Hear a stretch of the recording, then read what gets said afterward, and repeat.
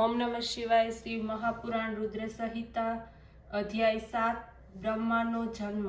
भगवान श्री नारायण शयन करता समये शिवजीनी ઈચ્છાથી તેમની નાભીમાંથી એક કમળની ઉત્પત્તિ થઈ, જેનો વિસ્તાર અનંત યોજનનો હતો। તે જ સમયે પાર્વતી સહિત શિવજીએ મને ઉત્પન્ન કર્યો। હું હિરણ્ય કમળથી ઉત્પન્ન થયો, કારણ કે કમળ સિવાય મેં કંઈ દેખ્યું ન હતું। મને તે સમયે કોઈ જ પ્રકારનું જ્ઞાન ન હતું। હું કોણ છું, મને ઉત્પન્ન કરનાર કોણ છે? તે સમયે કંઈક ચેતનાનો સંસાર થયો અને હું મારા સૃષ્ટિ સર્જકને શોધવા લાગ્યો। હે મુનિ શ્રેષ્ઠો, હું કમળ નાળની અંદર ગયો। 100 વર્ષ પસાર થઈ ગયા, પરંતુ તે નાળનું મૂળ જ ન જડ્યું। પછી હું કમળની ઉપર આવ્યો। ત્યાં કમળની એક કળી મને પ્રાપ્ત થઈ। ત્યાં મને તપ કરવાની પ્રેરણા થઈ। આ મંગલમય પ્રેરણાને કારણે મારો મોહ દૂર થયો, જ્ઞાનનો પ્રકાશ મળ્યો અને હું મારા પિતાના દર્શનની અભિલાષાથી તપ કરવા લાગ્યો। 12 વર્ષની અત્યંત કષ્ટદાયક તપસ્યા પછી મનોભીરામ ભગવાન વિષ્ણુ પ્રગટ થયા।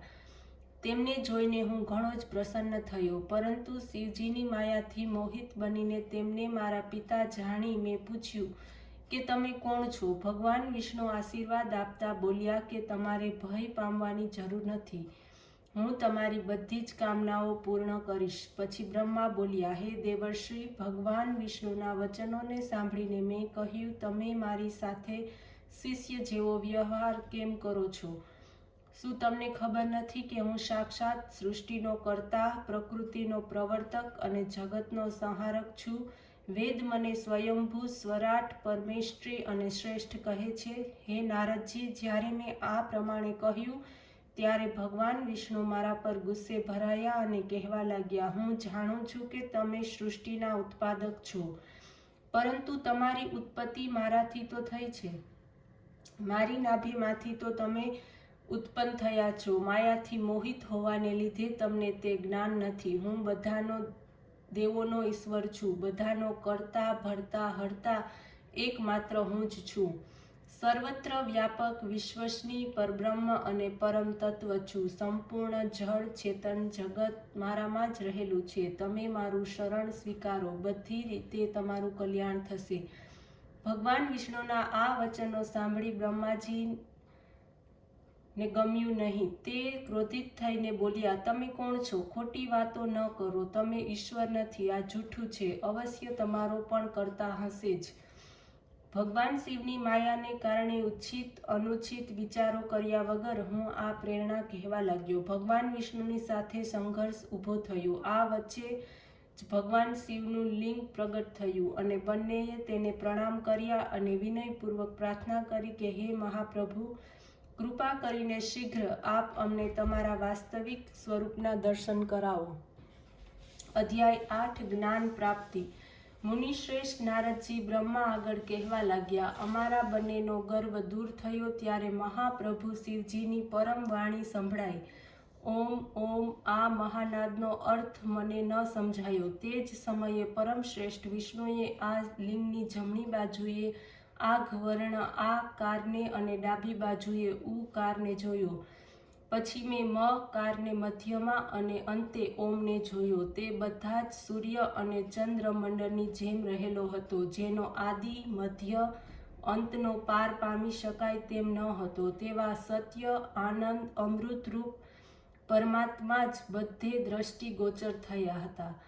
પરંતુ આ ક્યાં પ્રગટ થયો છે? તે આગની સદર્શની આપણી પરીક્ષા કરીએ, આ વિચાર ચાલતો હતો। તે જ સમયે ત્યાં એક ઋષિ ઉત્પન્ન થયા। આ ઋષિએ સર્વ ઋષિઓના સાર રૂપે તેઓ જાણવા લાગ્યા। તેમની પાસેથી બ્રહ્મ સ્વરૂપ, બ્રહ્મ શરીર, શિવનું જ્ઞાન પ્રાપ્ત થયું કે એ અચિંતનીય વાણીથી અપ્રાપ્ત મનને અગમ અને કેવળ એક જ અક્ષર ઓમકારથી જ જાણી શકાય તેમ હતા। તે જ એકાક્ષર રૂપ, ઋતુ, પરમ કારણ, સત્ય, આનંદ, અમૃત, પરમેશ્વર અને પરબ્રહ્મ છે। તે જ એકાક્ષર અકારથી ભગવાન બીજ સ્વરૂપ અંડમાંથી બ્રહ્માજી ઉત્પન્ન થયા અને તે જ એકાક્ષર ઉકારથી હરિ પરમ કારણ છે। મ કારથી તે નીલ લોહિત છે, પરંતુ બધાને દ્રષ્ટાકાર છે। ઉ કારને મોહન કરે છે। મ કારને હંમેશા અનુગ્રહ કરે છે. મ કાર વિભુ છે અને અ કાર બીજ છે. તે જ પ્રમાણે ઉકાર પરમ પ્રધાન પુરુષ ઈશ્વર હરિ યોનિ અર્થાત કારણ છે અને બીજધારી બીજ યોનિ આ નાદ સંજ્ઞાવાળા મહેશ્વર છે. તે જ ઈશ્વર છે. એ જ બીજધારી મહેશ્વરના લિંગની અકાર રૂપ બીજ પ્રગટ્ય છે. તે જ ઉકાર રૂપ યોનિમાં નખાઈને ચારે તરફ વૃદ્ધિગત થયું છે. હિરણ્યમય ઈંડું થયું છે જે ઘણા વર્ષો સુધી જળમાં રહ્યું. 1000 વર્ષ પછી ભગવાને તેના 2 ભાગ કર્યા. જ્યારે જળમાં રહેલા તેના 2 ભાગ થયા ત્યારે સુવર્ણમય કપાલનો અડધો ભાગ ઉપર રહ્યો. તેનાથી સ્વર્ગલોક પ્રગટ થયું. કપાલની નીચેના ભાગથી 5 તત્વોવાળી પૃથ્વી પ્રગટ થઈ.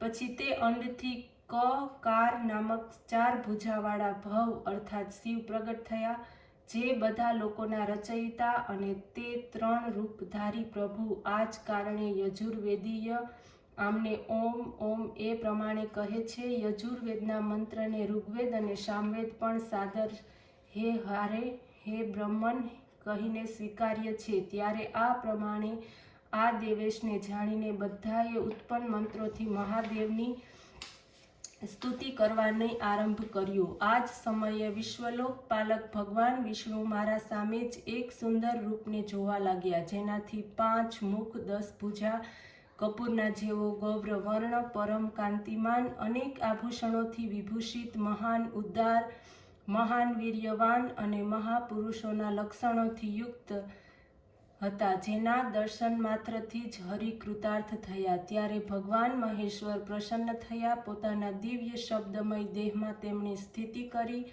જે નિગુણ ગુણાત્માનું શબ્દમય રૂપ જોઈને હું પ્રસન્ન થયો. પછી અમે બંનેએ પ્રણામ કર્યા. ત્યારબાદ તેમના દ્વારા જ 48 અક્ષરોથી યુક્ત આ મંત્ર પ્રગટ થયો છે કે જે બુદ્ધિદાયક છે અને ધર્મ અર્થનો સાધક છે. આ મંત્ર ગાયત્રી મંત્રમાંથી થયેલો હતો. 24 અક્ષરોવાળો 4 કળાથી સર્વોત્તમ મંત્ર. તત્પુરુષાય વિદ્મહિ મહાદેવાય ધીમહિ તન્નો રુદ્ર પ્રચોદયાત. આ મંત્ર 24 કળાવાળો તથા 4 કળામાં શ્રેષ્ઠ છે. પછી પંચાક્ષર મંત્રમાં ઓમ નમઃ શિવાય 8 કળાવાળો મંત્ર છે. આ અભિચારક મંત્ર 8 કળાવાળો છે. સુશ્વેત તથા શાંતિને કરનારો છે. તે 13 કળાઓ તથા બાલાદીથી યુક્ત છે. આ મંત્ર ઉત્પત્તિ, પાલન તથા સંહારના કારણરૂપ છે. આ મંત્રના 61 વર્ણ છે. વળી મૃત્યુંજય મંત્રમાં ઓમ જૂ શ ત્રયંબક યજામહે વગેરે કહેવાય છે. તેની સાથે જ પંચાક્ષર મંત્ર છે, જેમાં કેવળ નમઃ શિવાય મંત્ર, ચિંતામણી મંત્ર અને લક્ષિણા મૂર્તિ મંત્ર ઉત્પન્ન થયા. પછીથી શિવનું મહાવાક્ય તત્વમસી નામક મંત્ર થયો. આ 5 મંત્રોને વિષ્ણુએ ગ્રહણ કર્યો. તેમના જપને શરૂ કર્યા પછી ઋક, યજુ, સામ સહિત મેં અને વિષ્ણુએ તે વરદાયક શાંબ શિવ ઈશ્વરની પ્રસન્ન ચિત્તથી સ્તુતિ કરવાનો આરંભ કર્યો. ઓમ નમઃ શિવાય.